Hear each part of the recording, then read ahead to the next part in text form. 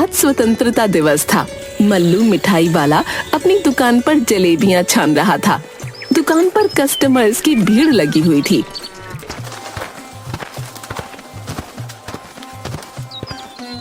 मल्लू भाई, जलेबियां कैसे दे रहे हो? 450 रुपए किलो। अरे अभी अभी तो 200 रुपए किलो जलेबी दे रहे थे। 1 घंटा 2 गुना से ज्यादा कैसे दाम बढ़ गया? आप ठीक कह रहे हैं सरपंच जी, लेकिन 1 घंटा पहले एक भी कस्टमर मेरे दुकान पर नहीं थे। अभी भीड़ को देख रहे हैं ना, अभी 500 रुपए किलो भी बेचूंगा तो हाथों हाथ बिक जाएगा। इतना लालच ठीक नहीं मल्लू, भगवान से डर।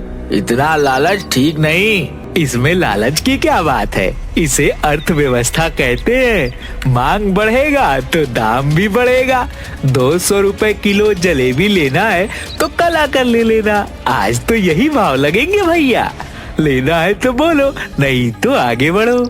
लूंगा क्यों नहीं, मंत्री जी अभी आने वाले हैं झंडा फहराने के लिए। ये लो 4500 रुपए, 10 किलो जलेबी तौल दो। उधर मल्लू का बेटा मग्गू के स्कूल में मास्टर साहब मग्गू से बोलते हैं, बच्चों, आज हम सभी के लिए बहुत ही महत्वपूर्ण दिवस है।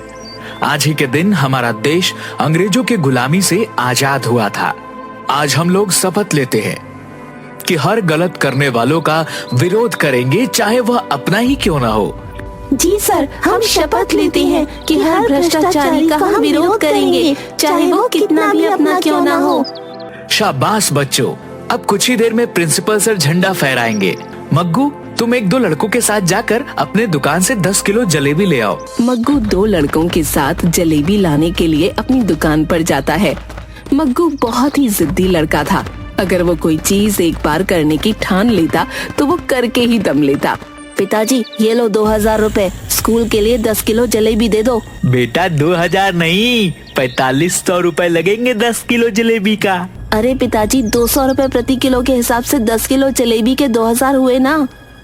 लेकिन बेटा, जलेबी के दाम 200 रुपए नहीं, 450 रुपए प्रति किलो हो गया है। लेकिन पिताजी, तो गलत है, ये भ्रष्टाचार है और हम भ्रष्टाचार का विरोध करते हैं। हम ऐसी लूट नहीं होने देंगे, वो भी आज के दिन। ज्यादा नेता बनने की कोशिश मत करो। लेना है तो लो, नहीं तो फुटो यहाँ से। 450 रुपए प्रति किलो से कम में नहीं जलेबी बेचूंगा। अगर आप सही कीमत पर जलेबी नहीं दे पाए तो हम आंदोलन करेंगे। बोलो दोस्तों, इनकलाब जिंदाबाद, जिंदाबाद, जिंदाबाद। तानाशाही नहीं चलेगी, नहीं चलेगी, नहीं चलेगी। मग्गू वहीं धरने पर बैठ जाता है। इधर लालची मल्लू कीमत कम करने को तैयार नहीं था और उधर उसका बेटा मग्गू काफी जिद्दी था, इसलिए कोई समझौता नहीं हो पाता और मग्गू अपनी ही दुकान के सामने अपने ही पिताजी के खिलाफ धरने पर बैठ जाता है। जैसे ही मास्टर प्रकाश को ये सारी बातें पता चलती हैं, वो घटना स्थल पर पहुंचते हैं। क्या हुआ मग्गू, तुम यहाँ जलेबी लेने आए थे, फिर धरने पर क्यों बैठ गए? सर, पिताजी ने आज जलेबी का दाम 200 रुपये से बढ़ाकर 450 रुपए प्रति किलो कर दिया है, इसलिए हम इस भ्रष्टाचार के खिलाफ धरने पर बैठे हैं। क्यों मल्लू जी, जलेबी के दाम अचानक क्यों बढ़ा दिए? सर, आप तो बच्चों को अर्थशास्त्र पढ़ाते ही होंगे। अर्थशास्त्र हमें बताता है कि किसी भी वस्तु का कीमत उसके मांग पर निर्भर करता है। आज जलेबी का मांग ज्यादा है तो उसकी कीमत भी ज्यादा होगी। ऐसा थोड़े है कि मनमाने तरीके से कीमत बढ़ा देंगे। मैं तो अपने जलेबी की कीमत यही रखूंगा सर। हाँ, अगर आपको दूसरे जगह से लेना है तो यहाँ से 17 किलोमीटर दूर जाकर सस्ती जलेबी ला सकते हो। ओहो, यानी इस गांव में एकमात्र हलवाई होने का फायदा आप उठा रहे हो। मग्गू, क्या करोगे? हमें स्वतंत्रता दिवस आज ही मनाना है, इसीलिए 450 रुपए के हिसाब से ही 10 किलो जलेबी ले लेते हैं। नहीं सर, आप आज के दिन भ्रष्टाचार को बढ़ावा कैसे दे सकते हैं? मैं भी हलवाई का बेटा हूँ। मैं यहीं पर जलेबी छानूंगा और 150 रुपए प्रति किलो जलेबी सभी को दूंगा। 1 घंटे के अंदर मग्गू अपने दोस्तों के साथ मिलकर वहाँ पर तंबू डालकर मल्लू की दुकान के ठीक सामने 150 रुपए किलो जलेबी छानकर बेचने लगता है। देखते ही देखते मग्गू की दुकान पर भीड़ लग जाती है।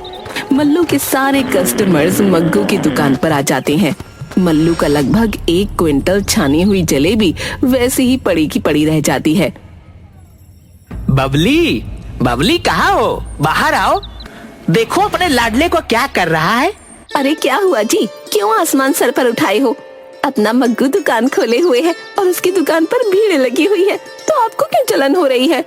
सारी दुनिया चाहती है उसका बेटा आगे बढ़े और एक आप हो। सारी दुनिया अपना बेटा को आगे बढ़ते देखना चाहता है, लेकिन यह नहीं कि बाप को पीछे छोड़कर और घाटे में व्यापार चलाकर कोई आगे बढ़े।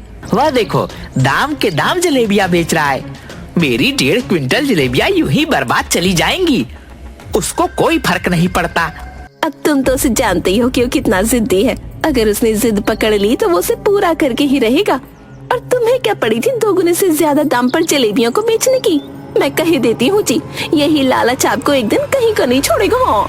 आओ आओ चाचा, आओ चाची, आओ भैया और भाभी, आओ दाम के दाम जलेबियाँ खाओ, स्वतंत्रता दिवस धूमधाम से मनाओ। तभी वहाँ से सरपंच जी के साथ मंत्री जी गुजरते हैं। मग्गू की दुकान पर भीड़ देख, हुकुमचंद जी, ये आपके गांव में इतनी भीड़ क्यों लगी है? शायद कोई जलेबी की दुकान है, लेकिन ठीक सामने अब बड़ी सी जलेबी की दुकान में एक भी आदमी नहीं, ऐसा क्यों? मास्टर जी, मल्लू के दुकान के सामने किसने जलेबी की दुकान खोली है और उनके दुकान पर भीड़ है? इसके दुकान पर की भीड़ कहाँ गई? सरपंच जी, मल्लू ने अपने जलेबी का दाम दुगना से भी ज्यादा रखा था। उसी के खिलाफ उसका बेटा मग्गू दाम के दाम जलेबियां बेच रहा है, इसीलिए वहाँ पर सारी भीड़ है। वाह, इस युग में इतना अच्छा विचार वाला लड़का। सरपंच जी, मैं उस लड़के से मिलना चाहूंगा। बेटा मग्गू, जरा इधर आना, मंत्री जी तुमसे मिलना चाहते हैं। नमस्ते मंत्री जी। देखो मल्लू, अपने बेटे से कुछ सीखो, किस तरह लोगों के सेवा के लिए तत्पर है। तुम्हें अपने बेटे पर गर्व होना चाहिए। क्या खाक सीखे? इस नालायक ने अपने धंधा में कुछ भी नहीं कमाया और मेरा धंधा भी चौपट कर दिया। 1.5 क्विंटल जलेबियां मेरी बर्बाद हो गई। जितना मैं सुबह से कमाया था सब घाटा में चला गया इस नालायक के चलते। अरे पिताजी, साधारण कमाई से भी काम चल सकता है। अगर सही कीमत पर आप जलेबियां बेचते तो भी बहुत कमाते, क्योंकि गांव में सिर्फ आप ही एक जलेबी बनाने वाले हैं। अच्छा, मंत्री जी ने जरा पीठ क्या थपथपा दी, तुम तो नेता जैसी बात करने लगे। अरे बेटा, नमक, तेल, ईंधन, इन सब का जब इंतजाम करना पड़ेगा तो सब अच्छी बातें धरी की धरी रह जाएंगी। बच्चों कोई दाम नहीं देगा। बाप पड़ा ना भैया, सबसे बड़ा रुपया, समझे? मैं ज्यादा तो नहीं जानता, पर मैंने आज शपथ ली है कि हर बुराई को हम रोकेंगे।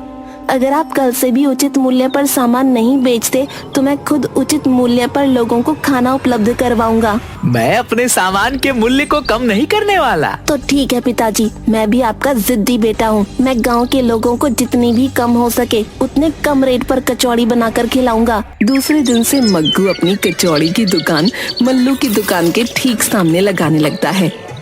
कम कीमत पर भरपेट कचौड़ी खिलाने के चलते उसकी दुकान पर लोगों का दिन भर तांता लगा रहता, जबकि मग्गू के पिताजी मल्लू अपनी दुकान पर बैठे मक्खी मार रहे होते।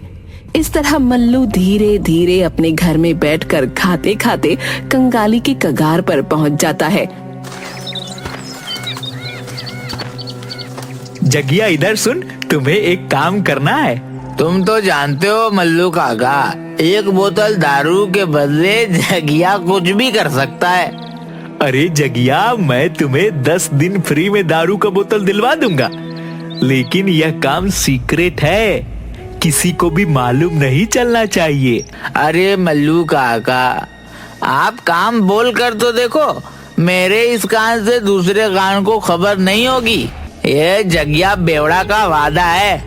तो ठीक है, ये लो जमाल गोटा का पुड़िया, और मग्गू के कचौड़ी में कैसे इसे डालना है ये तुम जानो।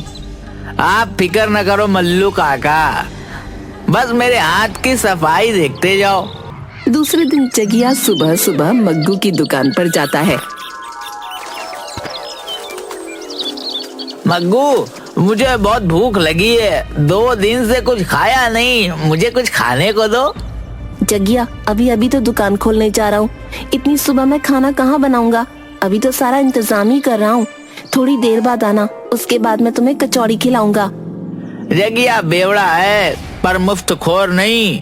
मैं मुफ्त में खाकर भिखारी नहीं बनना चाहता, मैं काम करके खाना चाहता हूँ। लाओ मैं कचौड़ी का आटा गूंथ दूं। ये तो अच्छी बात है जगिया, हर आदमी को स्वाभिमानी तो होना ही चाहिए। ये लो आटा गूंथ दो। जगिया चुपके से आटा गूंथते हुए उसमें जमाल गोटा वाला पुड़िया मिला देता है। उस दिन जितने भी लोग मग्गू की दुकान पर खाना खाने आते हैं सभी या तो बीमार पड़ जाते हैं या दस्त से उनकी हालत खराब हो जाती है। गांव में हाहाकार मच जाता है। सरपंच जी, मैं ना कहता था कि घटिया सामान इस्तेमाल करने से कभी भी बड़ी घटना घट सकती है। सस्ते सामान का यही नतीजा है। मैं भले ही कुछ ज्यादा कीमत पर खाना खिलाता हूँ, लेकिन मेरे खाने से आज तक गांव में कोई बीमार नहीं पड़ा। वैसी बात नहीं है मल्लू, मग्गू का दुकान खुले हुए आज 6 महीना हो गए। 6 महीनों में ये पहली घटना है। ये तो जांच का विषय है। मैंने पुलिस इंस्पेक्टर धाकड़ सिंह को इसकी जांच के लिए बोल दिया है। तभी धाकड़ सिंह जगिया को पकड़े हुए वहाँ पहुँचता है। ये रहा सरपंच जी, जिसने मग्गू के कचौड़ी में जमाल गोटा और बीमार होने वाला जहरीला पाउडर मिलाया था। पर इंस्पेक्टर साहब, आपको ये पता कैसे चला कि इसी ने मग्गू के कचौड़ी में जहरीला पदार्थ मिलाया है? दारू का ज्यादा सेवन कर लेने के कारण यह थाने के पास गिरा हुआ बड़बड़ा रहा था। इसके पास दारू की 10 बोतलें थी। पूछताछ में यह बताया कि मल्लू ने उसे यह दारू उपलब्ध करवाए हैं। उसके बदले में इसने मग्गू के कचौड़ी में कुछ पाउडर मिलाया था। देखा मल्लू, लालच ने तुम्हें कहाँ पर लाकर छोड़ा। अपने बेटे के खिलाफ तुम अपराधी बन गए, साथ में सारे गांव के लोगों को संकट में डाल दिया। ले जाइए इंस्पेक्टर साहब इस लालची आदमी को। इंस्पेक्टर मल्लू को पकड़कर ले जाता है। अदालत उसे 6 महीने के कारावास की सजा सुनाती है। इधर मग्गू धीरे धीरे अपने दोस्तों की मदद से कई शहरों में सस्ती कचौड़ी की दुकान खोल लेता है। उसकी जिद थी कि हर आदमी को उचित कीमत पर खाना उपलब्ध करवाए।